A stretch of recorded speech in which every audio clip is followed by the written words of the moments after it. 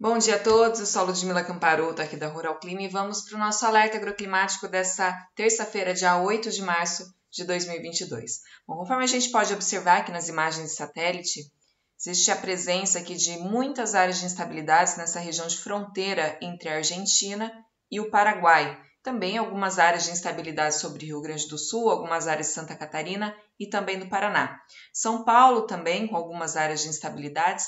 Então, há possibilidade aí ao longo dessa semana ainda de chuvas sobre grande parte da região sul do Brasil e esse sistema vai chegar no sudeste também mais no final da semana.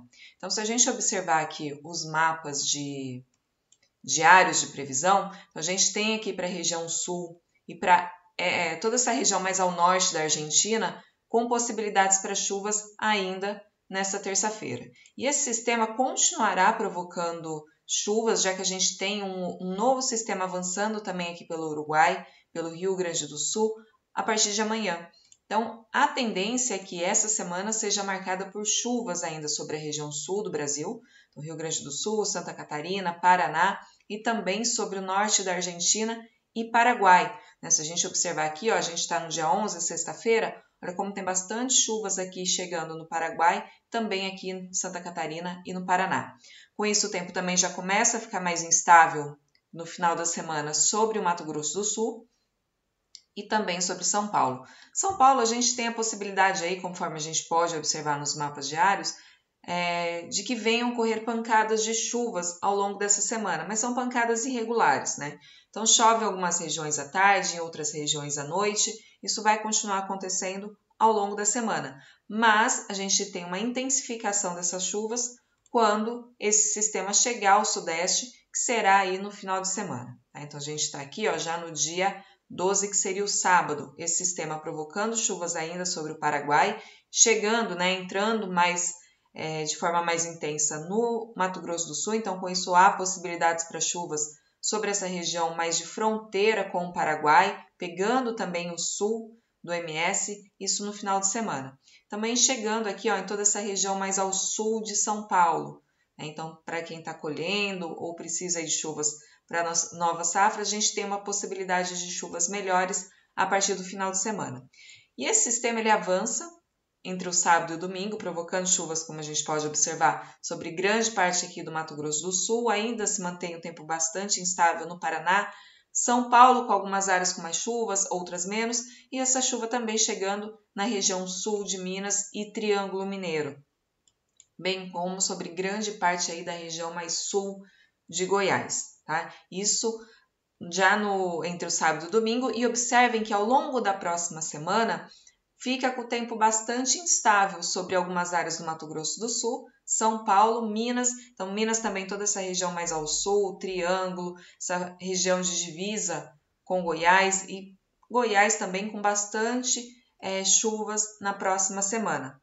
Apesar de muitas vezes essas chuvas ocorrerem na forma de pancadas, principalmente pancadas de final de tarde, ou até mesmo logo após o almoço, né, início da tarde, a gente tem uma tendência de que essas chuvas venham muito mais na forma de pancadas diárias, né, bem mais frequentes, do que invernadas. Né? Então, fiquem atentos aí para quem precisa realizar aplicações, né, alguns trabalhos no campo, para essas chuvas na próxima semana aí nessas áreas.